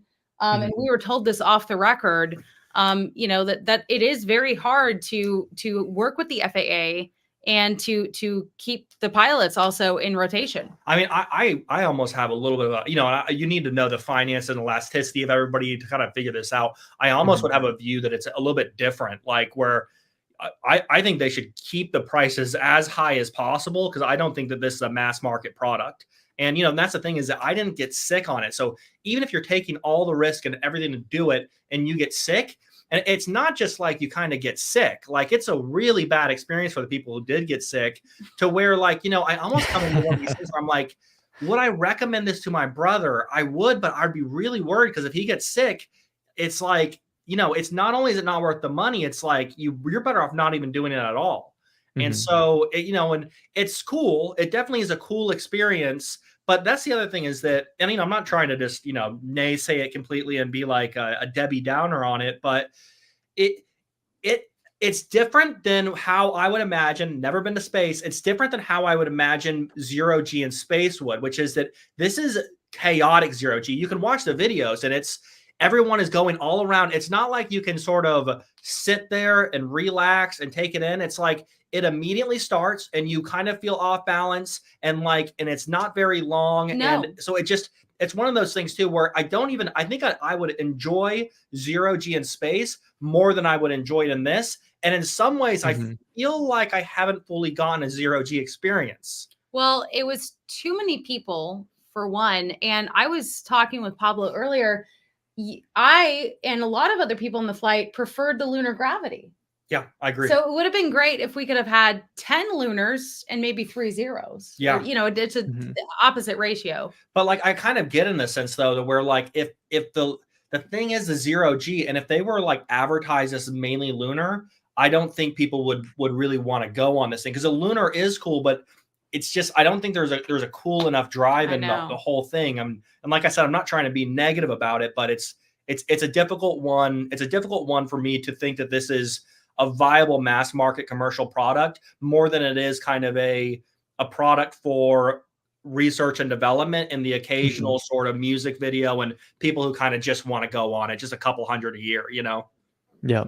Yeah, no, I think yeah, that makes a ton of sense. That's a very level-headed answer, and I think it's basically where my mind's at too. It's like, I don't know if I could recommend it to everyone, but that being said, like, super grateful to have had the opportunity to go. Like, I think it's like up there with like top, most like, I don't know, like I wouldn't say it's like life changing or anything like that, but it's like if I'm looking back on the highlight reel of my life, it's gonna be up there. Yeah, It's like one of those things. I was saying earlier that my bar was set so high because of, someone telling me it's the greatest feeling in the world aside from falling in love and Right. having someone fall back in love with you. And when I'm like actually in 0G, I'm like, no, it's not. Like even if I wasn't sick, like that's kind of an overstatement. Right, for sure. I mean, and that's the thing where it's really hard for me to not recommend something that is something that I will never forget. Like Yeah. there's so many days that go by and you don't remember them. I don't know what I was doing Tuesday 200 days ago. You know what I mean? And so it's like, and so to have these events, if you get the opportunity, definitely do it. It's just that kind of cost. It's a cost kind of analysis of it. Of like, if you have that time and you have that vacation time and you have that money, there's other things you can do that you would also be that you would like quite a bit, that you would remember for your life. And so I'm very grateful I could do it. And I'm very like, and I will always remember it. But it is one of those ones that's a tough recommendation. Yeah. Yeah, I think if someone's like a diehard space fan and, they've got, they're retired and they've got money lying around, it's like totally do it. But Well, yeah, I think if you're, trying to save up on buying a house or something, or you're, like most people that are, you got some savings, but you're still like, I don't know if I can say like, hey, Right. drop, 10K, 15K on these flights. Yeah. and just to clarify, we're saying 15K because ours was a little more because we had that private tour of Johnson Space Center Yep. with Charlie and Nicole and Doug. So it's not Yeah. usually 15K. How much is it Yeah. usually? 10. It's Okay. 10K, yeah, on the site. And, Smart. yeah, I mean, I'd say that, like, being able to do it with Charlie and Nicole and Doug and, like, getting to hang out with them, like, throughout, that's definitely, I mean, that's not even, like, I can't put a price on, like, hanging out with Charlie Duke, like, meeting one of the 4 people that's still alive that, like, went to Right, for sure. the moon. Like, I felt that's like crazy. the private tour of Johnson Space Center was actually worth like more. Like Mm, not worth more, but I got more out of it. And possibly yep. that's just because of how I reacted to the flight. But that was like truly special. Yeah. Well, Yeah, that's like had a very good time when we went to Orlando and did it as like, and that's probably kind of what I recommend. I mean, it's almost nice as like in that Orlando area of like, if you're gonna do it, because we went to Disney after and we did all that stuff. We're not like huge Disney people, but I can have a good time at Disney if I want to. And so like, if you make like a whole thing about it, if the ticket cost of 10,000 isn't much to you, I can see it. But if you're flying out there just for that, and that's everything that's getting roped around it, if you're trading PTO from other things, that's where it gets a little bit harder to recommend. yeah. Yeah, agreed. And yeah, the Houston, I mean, yeah, the Houston Space Center, that was so cool to like, and it wasn't just like going, they did like a whole special event for Charlie that was going back to like the mission control where he was, captain of communications on Apollo 11, Mhm. and then replayed hit like exactly what he said, like the moment they landed, like that, like, and then not only that, but to see all of the other astronauts that were doing their training, like, go up to Charlie and be like, "You are, living legend," like, and seeing their reactions to him just walking around, like, that was pretty wild too. Like, he's just on a whole other, like, level of, I don't know. Yeah, and people wouldn't recognize him walking around on the Yeah. street or anything, And but he's you're 88. like, yeah. Yeah, he just looks like, your regular old grandpa, it's Yeah. just like and yeah, and he's just a normal person, but, also, like, yeah, I don't know, like, Yeah, there's something it surreal yeah. about it. I wouldn't say I necessarily get like I'm not, even that much of like a space nerd, but like when it comes to like the um there, I wouldn't say I'm very much like it's starstruck or whatever, but there's something very interesting about like shaking hands with and just being like you were on the moon. There's something very like I don't know. It's almost like you're within the energy of the person, and it's very Mm, strange how like it puts it in perspective because it's not necessarily that he's so larger than life.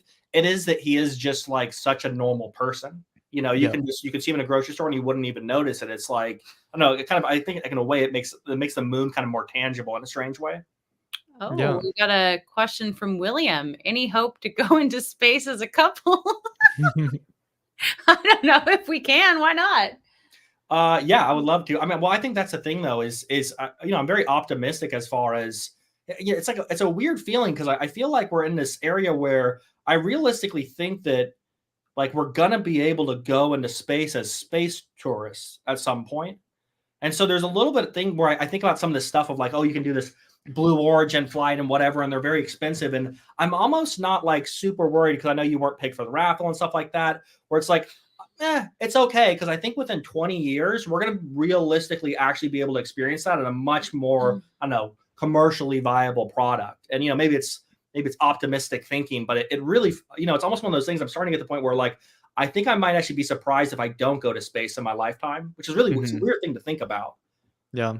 Well, I hope that someday it's like just as normal as like taking a flight. Like I think about like the early days of aviation, like people would go out, you know, and travel just to see an airplane and, you know, it'd be this like big event and, you know, you know, the pilots were like everyone like there were stars, right? But nowadays it's like normal. It's like taking a bus almost. Mhm. So I kind of hope that space travel does get boring over time and it's just like normal and you can do point to point travel and you can get from the United States to Japan in just like an hour and a half. You know, like that would be insane. Like I think people think about like the impact of space travel like in space and like, oh, that's gonna be cool that we're gonna go to Mars and the moon, etc. But it's also gonna revolutionize like a bunch of stuff here on Earth. Like if you can get to Japan in like an hour and a half from, you know, San Francisco, then you could that's the same time it takes to go from San Francisco to Mountain View during rush hour traffic. Like you could commute that. So I think it's just gonna totally like change the world. Right, completely. I mean, it's like an interesting thing too, because it is like weird, like when you take it in the context of like how much is like taken for granted now. Like just the fact we can get in a car and go 70 miles per hour means we're like traveling faster than basically any human who existed for the first 200,000 years of humanity, except for maybe people in free fall. You know what I mean? So it's like Mhm. we can do that. And the same thing with like I fall asleep on the plane and like I don't even look out the window, but like these like mind blowing things. I do think it's like space travel will get there where it's sort of like, oh no, don't look out the window. I'm trying to get sleep here. You know, it's not worth looking at the view. Yeah, exactly. Yeah. Yeah, I mean, hopefully it doesn't just become boring and it's just normal and people are going to the moon all the time or going to Mars, you know, like, oh, you got to go to work, you know, commute sucks. Yeah, but Wow. Well, we've been running pretty long. yeah, Are people still listening? people still we're just talking to ourselves at this point. Or yeah, I don't know. Does it say how many people are listening? I can't even see. I don't know how to view that from here. Someone asked, is $12,000 round trip to Tokyo in first class or zero G experience, I guess being the same price, worth it? No, the trip to Tokyo is way more worth it. Is that what they Uh, mean? yeah, I think that's what they mean. I mean, it, Well, it yeah. yeah. I think they're talking about first class flights, and this is actually a good point. Like a regular first class flight is really expensive, like just as expensive as one of these zero G. So there's like class of people that are like really wealthy, but you know, going to zero G is just kind of like Yeah, you I know think with that dropping. one's a tough one too because I think that the for me it's like if you want to pay for the first class, particularly international, it's almost like you're paying for it to suck less relative to going to zero G. You're paying for it to be cool. It's an aversion thing. It's weird. It's like Mhm, you're buying like an insurance product in a weird way. So I mhm. mean, you know, we'll see when we go to Tokyo how we feel about it. But like, you know, that's kind of where I get like there's so many cool places on Earth that I want to see that I'm not, you know, I'm not super gung ho about like, oh, I just want to do these otherworldly things because I haven't seen enough here, I guess. Yeah. Yeah, I guess like Yeah, in terms of, like, things that you could do that are really awesome, like, for $10,000, 0 G might be kind of on your victory lap tour, like, you've already done a bunch of really awesome things, and you just kinda wanna hit, that Yep. last, like, milestone. Um, yeah. I met someone on the roof during the first launch, and he's like, "Oh, yeah, I took my family and, like, 8 people," and I'm like, "What?" He's like, "Yeah, it was pretty cool, like, no big deal." I'm like, "That's like $80,000, dude. That's crazy." Yeah. Well, I think that there's some people that are just, like, wealthy beyond comprehension, Yeah. and it's like, I guess yeah, it's funny to think sometimes, like, in terms of, like, magnitude of wealth, like, that $10,000 flight is, like, the equivalent of, like, 5 cents for Elon Musk or Yeah. less. It's like Well, and you think about like traveling to Orlando and like a day at Disney is like, I don't know, so $500, which is I think the annual median income for someone in the Democratic Republic of Congo. So it's like it kind of depends on what framework you're looking at it, because there'd be like a one day at Disney is going to cost that much. It's like depends on where you are and exactly how like culturally accustomed to it, as I guess. yeah. Yeah, I mean, yeah, the only thing for me though when it comes to like Moon Dao doing these flights is that like we're trying to open up access to more people and kind of like democratize space a little bit. And so it is tough for me to go like, okay, yeah, we're doing this big flight with like 30 people and we're selling 20 of the seats and only really, only if you can really afford those that price tag can you go. I think it is cool that we do like sweepstakes and that we like vote and send other people to space and we make other opportunities available within the community. And that's like great. Like I think that's the awesome part of it. But yeah, it is hard to like and it's just I guess coming to terms with like how expensive space is because this is like pretty much the cheapest way to like like have a direct experience of like For some sure. aspect of space. Like I can't really think of much else. We also do these like life ship kits where you can send your DNA to space, so that's like the cheapest way today that you can I think you froze. Oh, no. Oh, shit. Am Oh, I back? Okay. Yeah, you're back. um yeah, so I was just saying that space is expensive basically, and yeah, I mean we've got the life ship kits, and that's also like one of the cheapest like things you can do to like get a part of you, a microscopic part of you on a spaceship. But yeah, I don't know. Yeah, well, don't they shit's expensive. also have, like, the ashes in space? Isn't that Yeah, a thing right now? yeah, life ship also does that too. You can send like ashes to the moon. But was that part of the payload on Vulcan? It was. So yeah, they were on the intuitive machines, although that one did not have DNA. I think that one only had it was like a seed bank, I think.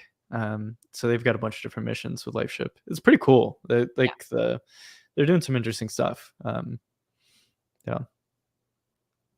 But yeah, it's just like there's not that many consumer friendly things in space right now. Like there are not that many like things that are broadly available or accessible to people, and that's starting to change. But right now, I mean, I can really only name 0G and LifeShip in terms of like this is something that anyone can buy right now with a credit card. Right. Right. Yeah, that's kind of what I'm thinking too. It's like I kind of draw a blank when I think about that kind of like middle step there. It's like it's either crazy in the like Blue Origin realm, or it's like you just have a few little intermediaries right there. I do have more Mhm. interest in, like, scuba diving now, though, Yeah, but that scuba also diving is is awesome. scary for different reasons. Well, and there's an interesting aspect to like the whole scuba diving thing too, which is like I'm very afraid of scuba diving, but it is like I think it's like I don't know. I just have this feeling where it's like I feel like it's gonna be the closest I'm gonna get to seeing aliens in a way. It's like you see like the bottom of the ocean, and it is like that is like a different world, and it is Yeah. something you're completely unaccustomed to, and so it's an interesting thing, but it is that is one of those things that scares the hell out of me too, though.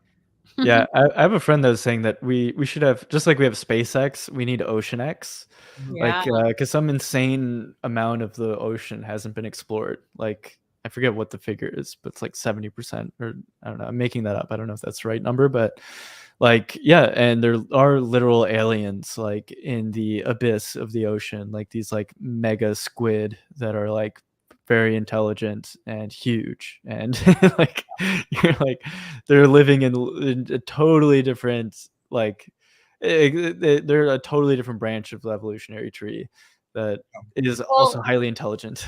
you know how they have, you can explore the Titanic ruins, which RIP to Ocean Gate people, but Mhm. eventually we'll be able to explore the Starship, ruins if it splashes down properly and doesn't get retrieved. That would be quite an adventure. That'd be cool. Yeah.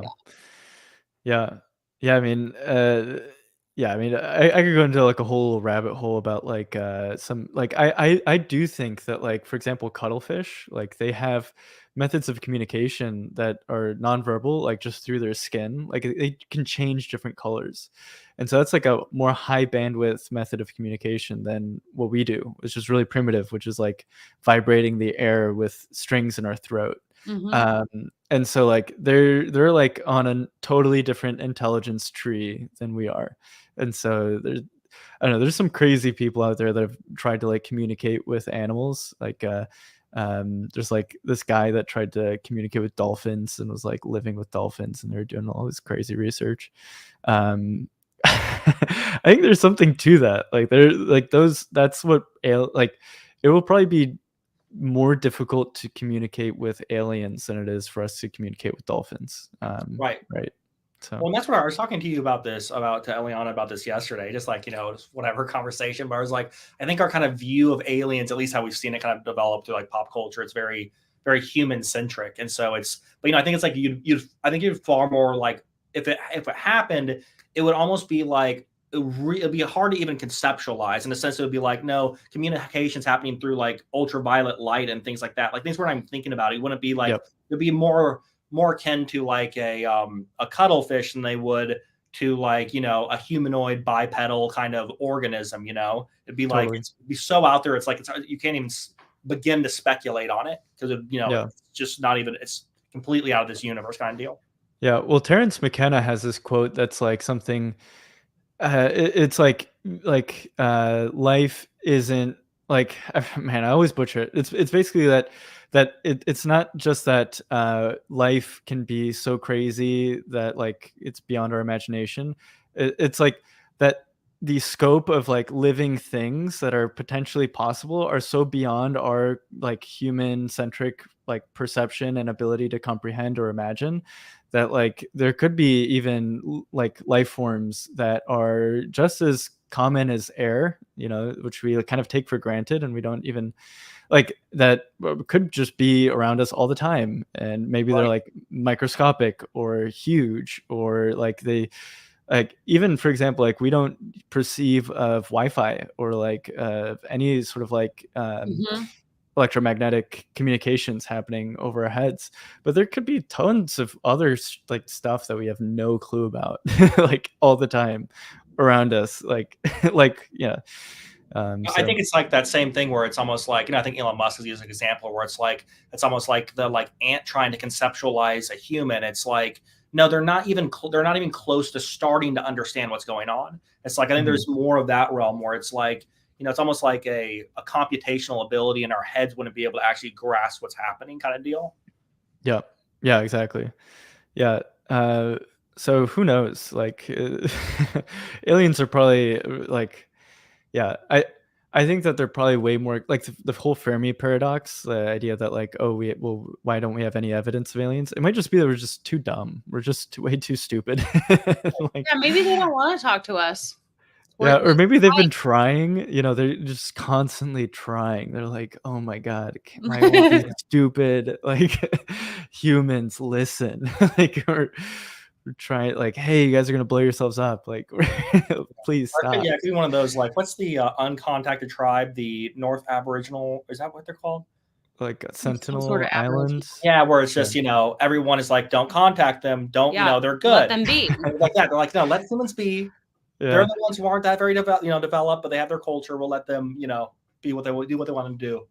Yeah, or maybe like yeah, like every time like yeah, we like accidentally commit violence against them every time they're like trying to like communicate with us. Like we think some thought that hurts them, or so they're just like screw these guys. Well, They're like they were Harambe. yeah. Oh yeah, yeah. We're getting a little off Rest topic. in peace, Harambe. I know. Yeah. But yeah, who knows? Yeah, it's fun to think about all this stuff, but sometimes I think like we just have very little information to go off of, so it's just you get into these like whole speculation rabbit holes where it's like the total like there are just so many things that could potentially be out there, and it becomes very woo woo, and people are just kind of like throwing shit at the wall. So You're in the yeah. Bay Area, right? Yep. Hmm. Have you seen Devs? Totally random. Seen Devs? Devs? It's a TV show. No, I haven't. Okay, you might like it, but that's a whole nother can of worms.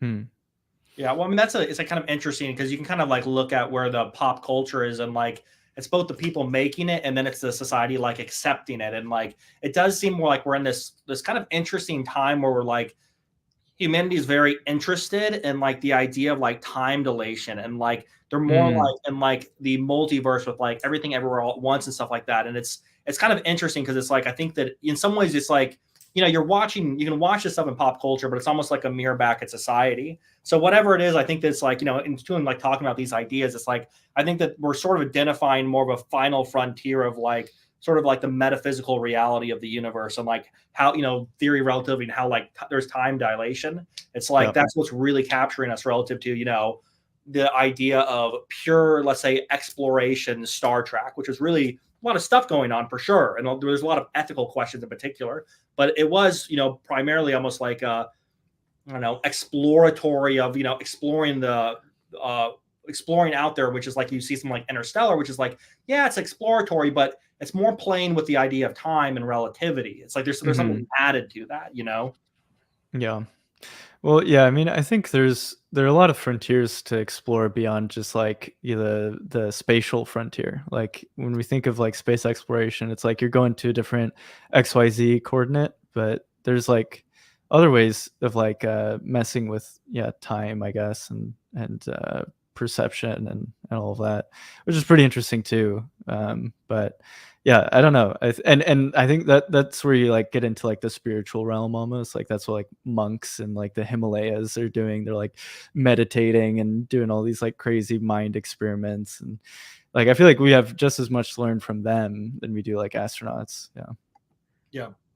Well, you should watch Devs because it's in the Silicon Valley area, and it'll really get you thinking. It's But that is off topic. DEVS? DEVS, yeah. It's on Hulu. It's one season. Nick Offerman, aka Ron Swanson, is in it. But it's really interesting. Kind of deals with like that multiverse determinism ideas. Yeah, I'll check it out. Devs. Yeah, I've been looking for a new show. So sweet. Cool. Well, we're almost at 2 hours. So yeah, thanks for sticking with us this long. This is really fun though. Yeah. Yeah. Thanks for doing 0G, both of you. Thanks for the opportunity. Thank you. Truly. Yeah, and you know, like you guys, you said this a few times. It was like, oh well, I don't know if we're supposed to say this, or like, oh, like I'm not a salesman for 0G and all that. And I think, you know, that's like what we wanted to, like that's why we wanted you guys on the flight, to give like your own real experience of like what it's like, you know, the good, the bad, and the ugly, you know. Right. I mean, someone said, would you still go on it again knowing that you got sick? And like, let's be clear, I don't regret going on the flight. I'm very thankful. It was a truly memorable experience, but I just wish that the last part at the end, you know, hadn't happened. But like, it was still one of the coolest things I've ever done, for sure. If I got a free ticket, I would do it in a heartbeat. Yeah. No question. But that's also an interesting statement. You did it once, you didn't get sick, you still wouldn't want to pay for it. Yeah, right. Well, and it's one of those ones too I would do it again for sure, but if I got a free ticket, I think I would almost certainly pass it off to somebody else. Like I am really glad I did it Yes, the I would do first that. time in particular. Yep. But like I would like to give it to like my brother or someone else who's experienced Mm. new. I think Mhm. that I got, you know, who knows? But I feel like I got 80% of everything I can get out of it just out of my first time going. Yeah. Yeah, yeah, that makes sense. Yeah, I'd probably say the same. Like if I had the opportunity to go again for free, I'd pass it to someone else. Yeah. I wonder if they're watching us and saying, "My gosh, those people." Well, yeah, I don't know. I don't think this is gonna. I think it only like helps their sales, like honestly, because like yeah, like not many people know that this is like a real opportunity that is Yeah, available to them. Like that you that's can the pay feedback I've been getting the most is like, to what? play. You can pay to do that? Like most people have no clue. So even I think, you know, we're gonna reach some rich people out there that are like bucket list, you know, I'll do it. Well, I think they should change their branding to like, are you tough enough to handle it? Like, can you resist puking? Like Yeah. make it Are you like a ready to go to challenge. space? Make it Yeah. like a dare. Hmm. Yeah. Yeah, like for sure. Like can like some roller coasters have that, right? They're like, can you do the dragster or Yeah. whatever? Yeah. Can you eat this, giant meal in one sitting? Like make it a challenge. Yeah, can you eat hibachi and blue ice cream and survive the zero G experience? I'm telling you, the person that took my bag must have been like, "What the hell is going on here? This is a Smurf. This isn't a journalist. She's a Smurf." Mm. The real conspiracy, yeah. Yeah. Well, thank you guys for watching. We hope you enjoyed this. I know you're probably zero G'd out, but I think for a lot of people it was like very eye-opening to actually see what it's like behind the scenes. Totally. Yeah. Ryan, I'm getting word we had 2,200 people that are watching, so What? Oh, wow. pretty On good. what? I don't know, I guess across platforms. Yeah. Damn. Well, I'm not to brag, but I had 13,000 people watching my Starship coverage. Wow. I've never seen numbers like that. So that was pretty nuts. But actually over 2,000 is also pretty nuts. That's Yeah. not that's not normal for me either. So that's awesome. Yeah. Awesome. Cool. Well, yeah, I guess we'll wrap it up. Thanks, Ellie. Yeah. Cool. Thank you. Cool. Thank you Alright. guys. Appreciate it. Bye. Talk soon. Okay. Alright. Oh, we got the outro. Sweet. Are we still live? I think so. Okay.